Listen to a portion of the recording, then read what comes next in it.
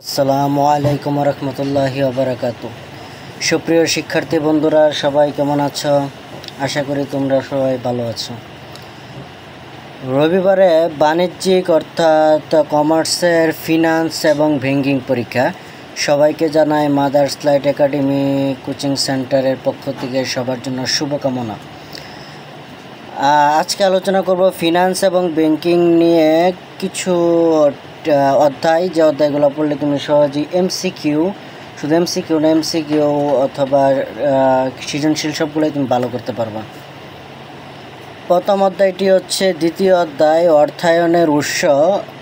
মোট অধ্যায় আছে 13টি অধ্যায়ের মধ্যে আছে অনেকগুলো, যেমন কিন্তু সবগুলো আমাদের পড়তে হবে না। যেমন অর্থায়নে ও ব্যবসায়ী অর্থায়ন, এরপর আছে অর্থায়নের উৎস দ্বিতীয় অধ্যায়, এরপর আছে শেয়ার বন্ড এবং ডিবেঞ্চার তৃতীয় অধ্যায়, এমনকি আছে চতুর্থ অধ্যায় অর্থের সময় মূল্য, পঞ্চম অধ্যায় ঝুঁকি এবং অনিশ্চয়তা, এমনকি ষষ্ঠ অধ্যায়ে রয়েছে বিভিন্ন ব্যাংকের হিসাব নিকাশ, এরপর সপ্তম অধ্যায়ে মূলধন, অষ্টম অধ্যায়ে মুদ্রা ব্যাংক ও ব্যাংকিং, নবম অধ্যায়ে ব্যাংকিং হিসাব নিকাশ এবং তার ধরন, দশম অধ্যায় বাণিজ্যিক ব্যাংক, 11 অধ্যায় ব্যাংকিং আমানত, 12 অধ্যায় ব্যাংক ও গ্রাহক, 13 অধ্যায় কেন্দ্রীয় ব্যাংক সহ বিভিন্ন অধ্যায় আছে। কিন্তু এর মাঝখানে আমি মাত্র 6টা অধ্যায় সাজেস্ট করব, বা 5টি অধ্যায়। এর ভিতর থেকে পড়লে তুমি অত্যন্ত ভালো একটা পাস মার্ক ইউজ করতে পারবা, পেতে পারবা। কিন্তু ভালো করে তোমার যদি পড়তে চাও তাহলে আরও বেশি করেই পড়তে হবে। প্রথম অধ্যায়গুলো হচ্ছে দ্বিতীয় অধ্যায় অর্থায়নের উৎস, এরপর আছে চতুর্থ অধ্যায় অর্থের সময় মূল্য, পঞ্চম অধ্যায় ঝুঁকি এবং অনিশ্চয়তা, 13তম অধ্যায়ে আছে কেন্দ্রীয় ব্যাংক এবং নবম অধ্যায়ে আছে ব্যাংকিং হিসাব ও তার ধরন, এবং চতুর্থ অধ্যায় আছে মুদ্রা ব্যাংক ও ব্যাংকিং। এই 6টা অধ্যায়। চতুর্থ অধ্যায় অষ্টম অধ্যায় মুদ্রা ব্যাংক ও ব্যাংকিং, অষ্টম অধ্যায়। দ্বিতীয় অধ্যায় অর্থায়নের উৎস, এরপর আছে চতুর্থ অধ্যায় অর্থের সময় মূল্য, পঞ্চম অধ্যায় ঝুঁকি এবং অনিশ্চয়তা, এরপর আছে অষ্টম অধ্যায় মুদ্রা ব্যাংক ও ব্যাংকিং, নবম অধ্যায় ব্যাংকিং হিসাব নিকাশ এবং তার ধরন, এরপর 13তম অধ্যায় কেন্দ্রীয় ব্যাংক। এই মোট অর্থাৎ দ্বিতীয়, চতুর্থ, পঞ্চম, দ্বিতীয়, চতুর্থ, পঞ্চম, অষ্টম, নবম এবং 13, এই মোট 6টি অধ্যায়। অর্থাৎ 13টি থেকে আমি 7টি বাদ দিয়েছি। এই মোট 6টি অধ্যায় তোমরা পড়লে একটা ভালো মার্ক উঠবে, আর কোনো কিছু বাদ রেখে আসা যাবে। অর্থাৎ ফিনান্স ব্যাংকিংয়ের যে সূত্রগুলো আছে বা মূলধনের সূত্রগুলো আছে, অথবা ইন্টারেস্ট, বিভিন্ন সুদ, বিভিন্ন ব্যাংকিং সুদের যে সূত্রগুলো আছে, এই সূত্রগুলো তোমাকে পড়ে যেতে হবে। আর পরে যাওয়ার পরে তোমার ক খ মুখস্থই আসে, সেখানে গ বড় গ তোমার সূত্র হলেও যেগুলোতে সূত্র আসে, যেগুলোতে ব্যাখ্যা আসে, ব্যাখ্যাগুলো দেওয়ার চেষ্টা করবো বেশি, কারণ এখানে মার্ক কাটার সম্ভাবনা খুবই কম। আর কিন্তু যদি সূত্র দাও তাহলে কম দিতে, সূত্রগুলো দিলে অত্যন্ত সূত্রটা হলো লিখে আসতে, অন্য কিছু না পারলে।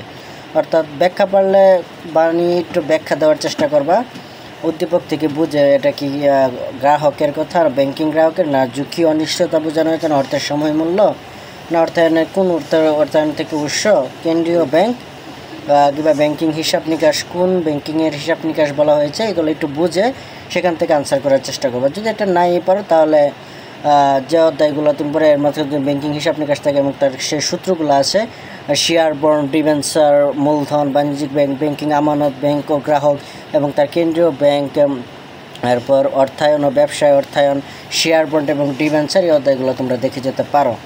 এগুলো হলো পরে, কিন্তু প্রথম যে 5টা অর্থাৎ দ্বিতীয়, চতুর্থ, পঞ্চম, অষ্টম, নবম এবং 13তম অধ্যায়গুলো তোমরা দেখে যাবে। বিগত সালের বিভিন্ন এমসিকিউ এবং বেজোর সালের, যেমন 21, 23, 19 অথবা পারলে 20, 22 বিভিন্ন বোর্ড সৃজনশীল এবং এমসিকিউগুলোতে ইনশাল্লাহ কমন পড়বে।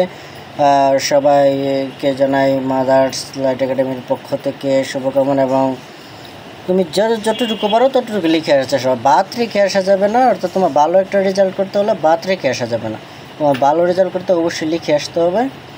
আর এই জন্য সবাইকে কম বেশি তোমার ফিনান্স ব্যাংকিং, ব্যবসায় উদ্যোগ, এগুলো সবচেয়ে বেশি আছে একটু কঠিন তোমাদের জন্য এই দুইটাই, অ্যাকাউন্টিং এবং ফিনান্স এবং ব্যাংকিং। ব্যবসায় উদ্যোগটা সাধারণত ব্যাখ্যা। এরপরেও আমি প্রত্যেকটা অধ্যায়ের বা প্রত্যেকটা সাবজেক্টের চেষ্টা করব তোমাদের সাজেশন দেওয়ার জন্য। আর যারা পদার্থ বিজ্ঞানের রয়েছে তাদের যদি কোনো সমস্যা অবশ্যই নক করবা। ইতিহাস এবং বিশ্ব সভ্যতার সাজেশন আগের ভিডিওতে দিয়ে দিয়েছি। পদার্থ বিজ্ঞানের সাজেশন অবশ্যই কালকে লাস্ট একটা ফাইনাল সাজেশন দেওয়ার চেষ্টা করব। এবং ইতিহাস বিশ্ব সভ্যতার কোনো কিছু দেওয়ার আশা নাই। এরপরে যদি কেউ নক করো এটা বুঝতেছি না বা এটা বুঝে, তাহলে ইনশাল্লাহ বোঝানোর চেষ্টা করব।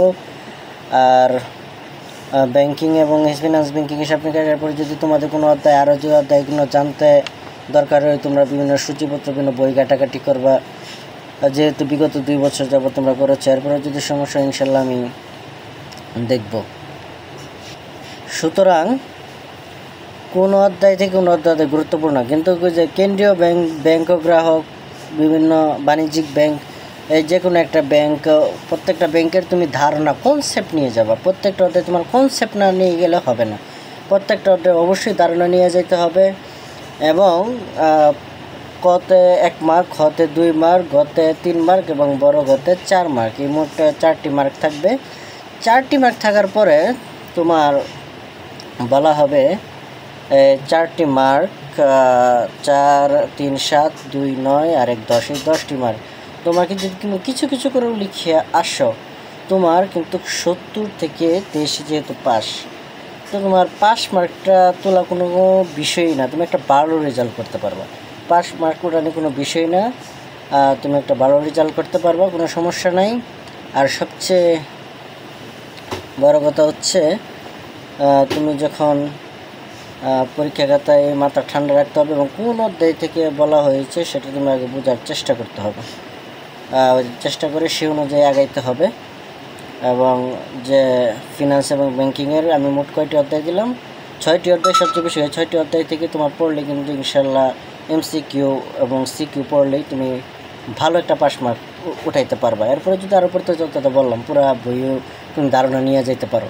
তাহলে কি দ্বিতীয়, চতুর্থ, পঞ্চম, অষ্টম, নবম এবং 13 অধ্যায়, এই 6টি অধ্যায় পেলে ইনশাল্লাহ তুমি একটা ভালো কমন মার্ক পাবা।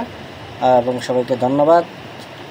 ফিনান্স ব্যাংকিং যারা চেয়েছিলে সাজেশন অবশ্যই দিয়ে দিলাম। সবাই পরীক্ষায় ভালো করো, সবার জন্য শুভকামনা রইল মাদার্স লাইট একাডেমির পক্ষ থেকে।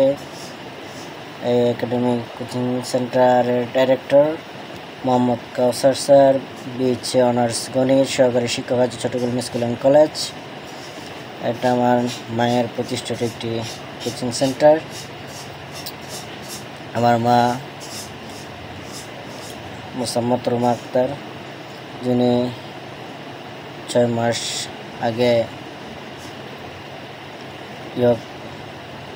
লোক ত্যাগ করে চট্টগ্রাম মারা গিয়েছেন। আমার মায়ের জন্য সবাই দোয়া করবেন, মাকে যেন আল্লাহ তাআলা জান্নাতের সর্বোচ্চ মাকাম জান্নাতুল ফেরদৌস দান করেন এবং প্রত্যেকটা শিক্ষার আলো যেন ঘরে ঘরে পৌঁছে যেতে পারে। এবং আমার বাবার জন্য দোয়া করবেন, শিক্ষার আলো ঘরে ঘরে পৌঁছানোর দায়িত্বই হচ্ছে আমাদের।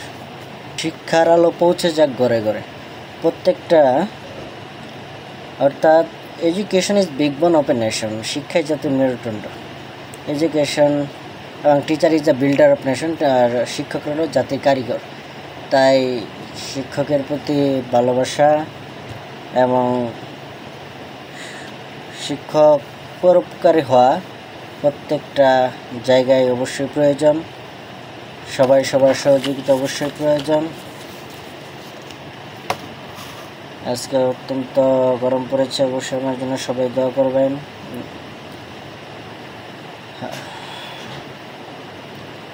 তাহলে 14 তারিখ অর্থাৎ রবিবারের পরীক্ষা, 27 তারিখের পরীক্ষা সবার জন্য ভালো হোক, সবার জন্য মঙ্গল হোক। অবশ্যই সেটার জন্য শুভকামনা জানিয়ে আজকে এখানেই শেষ করলাম। আসসালামু আলাইকুম ওয়া রাহমাতুল্লাহি ওয়া বারাকাতুহু। ধন্যবাদ সবাইকে।